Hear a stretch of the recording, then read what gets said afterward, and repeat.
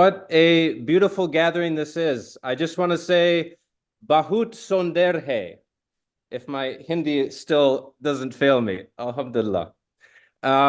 What a blessing to be here with you all. I had intended to be there in person today, but we plan and Allah plans, and Allah is the best of planners. So, Alhamdulillah, I'm coming to you from Dubai, inshallah. Let me begin with Bismillah ar-Rahman ar-Rahim. Alhamdulillahi Rabbil Alameen. Wa salatu wa salam ala Sayyidina Muhammad wa ala alihi wa sahbihi wa salam. Rabbi ishrah li sadri wa yasir li amri wa hlul uqadatan min lisani yafqahu qawli. My dear brothers and sisters, it's such an honor to be here with you at this blessed gathering. I've been listening along here at my home and have been gathering these seeds of inspiration from each speaker. And many of them have talked about the same theme of Tarbiyyah, which has the root of to nurture, to garden, to grow. And that's really the work that we're all doing, both on ourselves through tazkiyah al-nafs, the purification of ourselves, so that we can be, as Brother Idris said, the murabbi, the nurturer of souls, the gardener of this next generation of Muslims. So today I would like to, in the spirit of Brother Idris, rather than share a slide deck, I'd just like to speak from the heart, min gelb, and share with you a story, a brief reflection, and a poem. So the story I would like to share took place 15 years ago on a train ride from Mumbai to Jaipur. And that's a long ride, probably over 20 hours. And for whatever reason, that particular day, I decided I would go on the third class instead of the first or second class. And I sat next to a family from Kashmir, from Srinagar. And they only spoke a little bit of English, but through my broken Hindi and their broken English, we were able to create a bond because we communicated from the heart. And that's been a real message today for all of us, is communicating from the heart. And by the end of that train ride, 20 hours, the family, the young man from the family, his name was Hilal. He invited me to his home in Srinagar, and he just wrote a number on a piece of paper and an email and said, "We invite you to our home, please come." Before I left India on that first trip, I called him up and I was able to speak with him and make arrangements to come to Kashmir from Jaipur via train at a time when it was on a travel warning from the US State Department. But I went nonetheless. And I stayed with his family for 4 days. And it was a truly transformative experience. This was 7 years before I embraced Islam. But again, those seeds that were planted, as we've been hearing today, the seeds that were planted by that family of hospitality, of kindness, of the beauty of Islam that they showed to me at that time. And one of the things they did during my trip was they brought me to the Jama Masjid, the Grand Mosque in Srinagar. And I went into that mosque and it was a transformative experience. If any of you have been there, they have the massive Deodar tree pillars and the expansiveness of it, the majesty of it. And something in that space transformed me. I'll never forget it. And I'll share with you, I found a picture of that mosque I'll perhaps share with you at the end here. But that experience left an indelible mark on me. And it led me to understand that Islam is a tradition of beauty, of majesty, of grandeur, of transformation. And that Islamic civilization is capable of producing people like the architect of this mosque, like the imam, like the student of knowledge that I met at that time, who talked to me about Islam. that our civilization is capable of greatness. And so when I became Muslim, now some 8 years ago, my first interest was looking at education, was understanding what is the philosophy of Islamic education. And I looked back to the Ottomans, and I looked back to the Mamluks, and I looked back to all of the great civilizations, the Mughals, of course, in India, and you're probably not seated far away from Char Minar, another inspiring, beautiful design made with ihsan and with ikhlas. And I asked, why can't we have another golden age? Why can't we bring back the greatness of what our civilization produced? And so today, in my reflection, I titled it Reviving Islamic Education, Moving from Aspirations to Reality. And I asked the question today, why not? Why not another golden age of Islam? One of the things I learned early on in Islam was to make a big dua. Don't pray just for Jannah, pray for Jannah al-Firdaus. So when we say, let's revive our schools, let's make them better, we should be saying, let's bring about another golden age of Islam. Like Brother Aziz shared at the beginning there, the greats of our tradition, we have the opportunity to nurture them now, to make new greats, to bring about this revival that each generation is responsible for, to bring to fruition those seeds that have been planted by our elders, by our teachers, and to plant them now in our times. And the beautiful thing is that we're not responsible for the results. Those are with Allah. We simply have to plant those seeds with the right intention, with the niyyah, and do the best we can to nurture them, as Brother Misbah talked about, in the right soil, with the right caretaker, the right gardener, who is a murabbi. And all of you are gathered here today. We all have that opportunity to be a murabbi, to transform the lives of those students that are in our care. And it is one of the most noble, honorable professions. The Prophet Muhammad sallallahu alaihi wasallam described himself first as a teacher. I came to teach you akhlaq. And this is what attracted me to Islam, was the beauty of the character of Muslims I met, like this Kashmiri family in Srinagar, where I saw the beauty of Islam and what Islam is capable of when it's truly practiced. So there's a great task before us, but Allah has chosen each one of us. There is a very specific and intentional reason why we are all here today.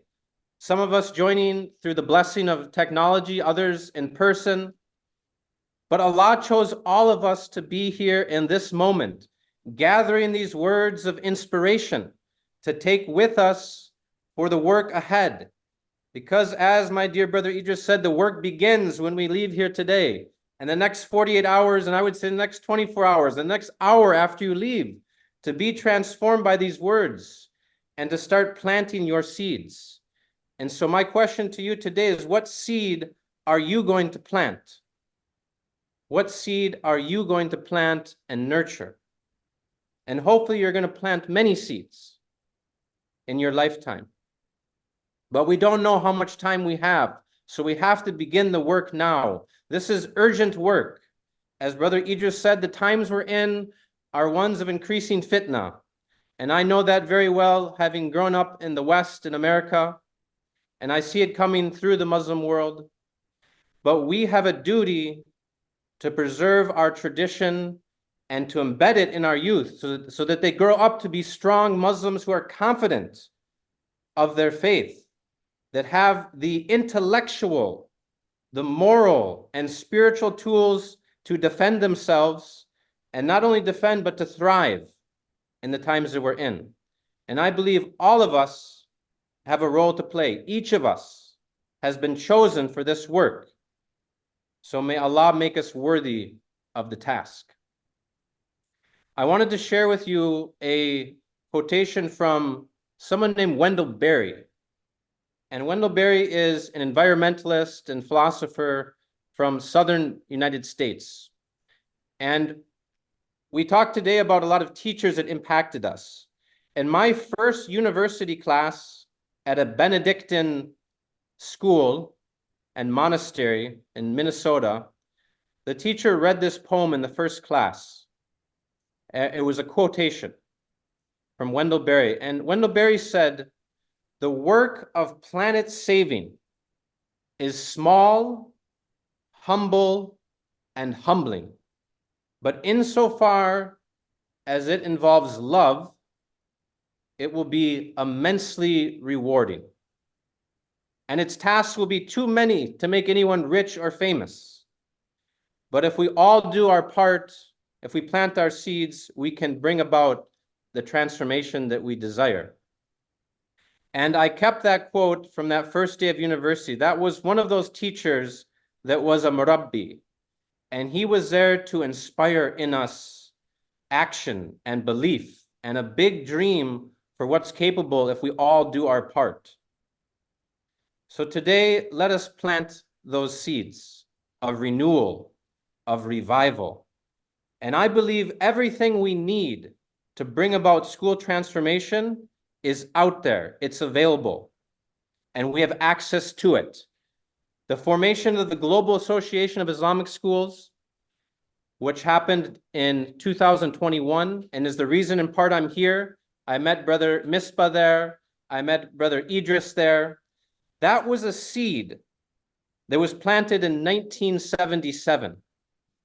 And one of the first things that inspired me when I went on this journey of Islamic education was reading about the first World Conference on Muslim Education in Mecca in 1977. And when I read the report from that blessed gathering, I found in there Recommendation M. And Recommendation M was to form a global network of Islamic schools. That was a seed they planted. And there were many times it sprouted. But it wasn't until 2022 when we gathered in Istanbul, Turkey, and some of you were there today, that seed sprouted. And we established the Global Association of Islamic Schools. So we don't know when the seeds are going to sprout, but we have to plant them. And when I spoke to Sheikh Abdul Mabud, who was involved at almost all of these world conferences, including the one in 1977, he was a young student of Sayyid Ali Ashraf, who helped plan and implement that first world conference. And I asked Sheikh Abdul Mabud, what was the environment of that time? How did you accomplish so much with a small group of people? And in that discussion with him, he mentioned three things that I'll share with you today. And these are important principles to keep in mind. In fact, I have them. If I was in my office, you'd see them behind my desk. And the first one is ikhlas. He said, we were doing this work with sincerity for the sake of Allah. The second principle he mentioned was ihsan. And many of our speakers today mentioned that. Spiritual excellence. Everything they did, they tried to do it at the highest level of excellence. And he told me that they would send letters back and forth. Sometimes a letter would take 2 weeks to be returned with a response. And imagine the times we're in now, that I'm able to join you here from Dubai and Brother Misbah from Chicago. And the third principle he mentioned was istiqama, steadfastness, being in this work for the long haul. And that was it. They understood that in 1977 when they planted that seed of Recommendation M. They had the vision and they did the striving for it. But sometimes that fruit we don't even see in our lifetime. But the beautiful thing we know is Allah rewards us for the intention. and for our sincere efforts. So again, my dear brothers and sisters, I ask you, what seed are you going to plant today? What seed will you plant today? And I'd like to close my remarks with a poem. And this poem I wrote at that first gathering of the Global Association of Islamic Schools. And I read it for a second time in Cambridge, Massachusetts at the Roadmap to Renewal Conference and Dialogue for Islamic Education. And so I'm honored to share it again with you here at this blessed gathering, inshallah. And the poem is titled The Garden of Abu Ayyub, the Seeds of Renewal. And if any of you have been to Turkey and Istanbul, you may have visited the mosque of Abu Ayyub. And when I learned the story of the great Abu Ayyub, the Sahaba, who went on jihad in his 90s and said, if I die on this battlefield or on this journey, then plant my body, bury my body as close as you can to enemy territory. And I took a great inspiration from the story of Abu Ayyub, as I have from many of the greats from our tradition, as Brother Aziz mentioned earlier. And inshallah, some of those seeds we plant today can sprout into these leaders of the Ummah tomorrow. So this poem was inspired by the Global Association's gathering. It was inspired by Abu Ayyub al-Ansari, and it was inspired by the beautiful deen of al-Islam, which I believe we can revive and have a responsibility to revive.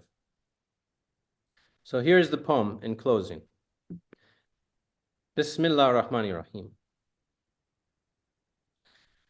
From the four corners we came, from the screens of Zoom, extracted like we were on Yom Alastu bi Rabbikum.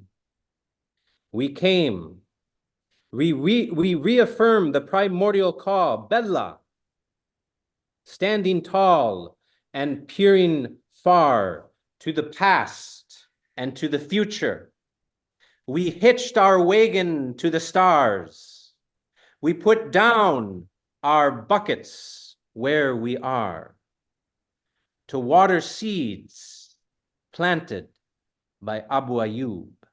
Seeds of hopes and dreams and future deeds.